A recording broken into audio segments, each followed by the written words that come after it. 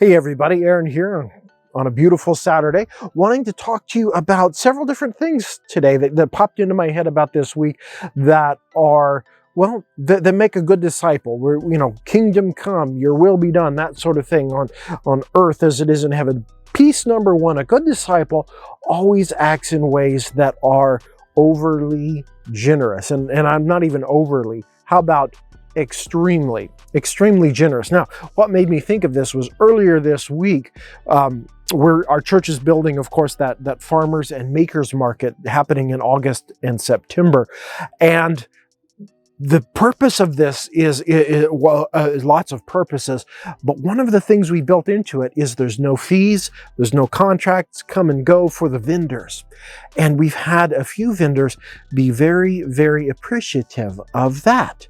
Okay, we're not here to make money on this. We are here to help others, to get started in a business, to make some money to help themselves out, or to launch something else, or to just help people have fun, or those people who are coming to find a good service. We act in a generous way. Now, that can be really surprising to some people, so I guess the thing for us to be, as disciples of Jesus Christ, let's surprise those around us. Let's surprise the watching world with our generosity, our which seems like almost crazy generosity. Let's give, Jesus said if somebody asks for your coat, give them your shirt too. Be that kind of a generous person, because that reflects God, because God is that kind of giving God, as shown in Jesus, right? So that's point number one. Point number two, I was thinking about beauty. Now, this one came 2 days ago. I was just looking at some artwork, and when the artist was wanting to convey evil and wickedness, what they drew or painted or whatever medium they were using, they used very ugly images, very ugly colors, and ugly figures to convey that. And that got me to thinking about evil and good, ugly and beauty. We know that beauty reflects God, right? Beauty reflects God. And I hadn't thought of this, but I would say that evil is reflected in ugliness and disorder and chaos. God is a God of beauty, right? I mean, look behind me and around. It's a gorgeous world we live in. People are beautiful. Music is beautiful. Creation is beautiful. These things beauty reflects God. And that's our job as Christians, right? To reflect God into the world and to live the kingdom life, to live the kingdom into the world, because Jesus said, as the Father sent me, I send you.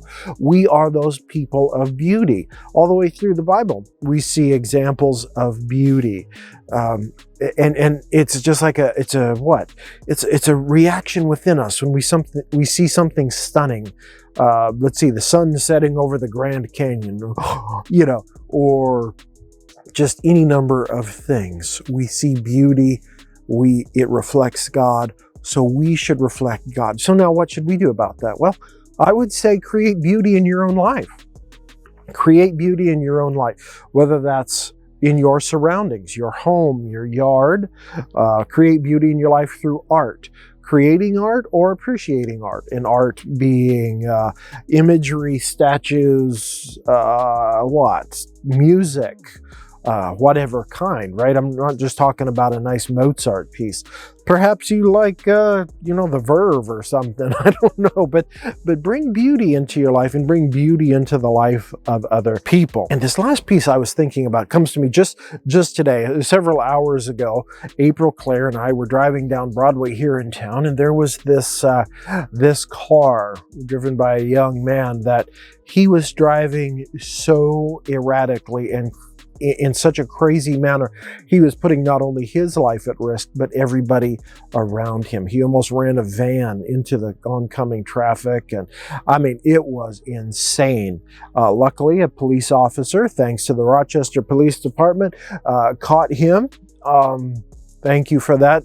Don't know the officer's name. He was in a K-9 unit. Thank you so much for that, officer. Caught him. Now, what made me think about this is Christians, disciples of Jesus, followers of the way, we are to put others ahead of ourselves. We are not to be selfish. This is where I was thinking, selfish people destroy things, including themselves. Whereas Christians, we are to lift others up. We are to create beauty and life in others, to give to others. We are to put others first. You know, like I really like that Jordan Peterson comment, you don't grow up, you don't mature until something becomes more important than you. And so as Christians, we put, well, not only our God as more important than us, but others around us. And it's not that we think less of ourselves, it's that we think of ourselves less often. And I love that. It's not, we don't think less of ourselves, we think of ourselves less often. And we put others and their needs first, okay? Just because that's what God showed us in Christ Jesus, who would always be there for people and say, what can I do for you? Or God who came in Jesus, who left the glories of heaven to, well, put on the sufferings of earth.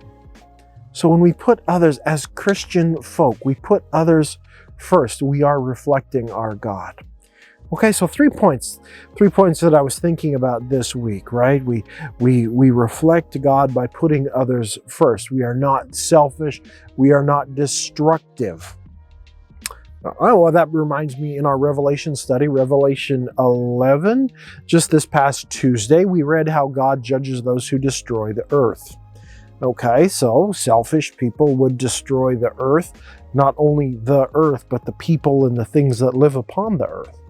Okay, so we put others first. We are appreciative of beauty. We see beauty because it reflects God and is in us. Okay, so we do that. And finally, we help others through generosity and giving of ourselves, our time, our talents, our treasure. We give because we are Christ followers. All right, those are the 3. What are you still waiting for? Go do it. See ya.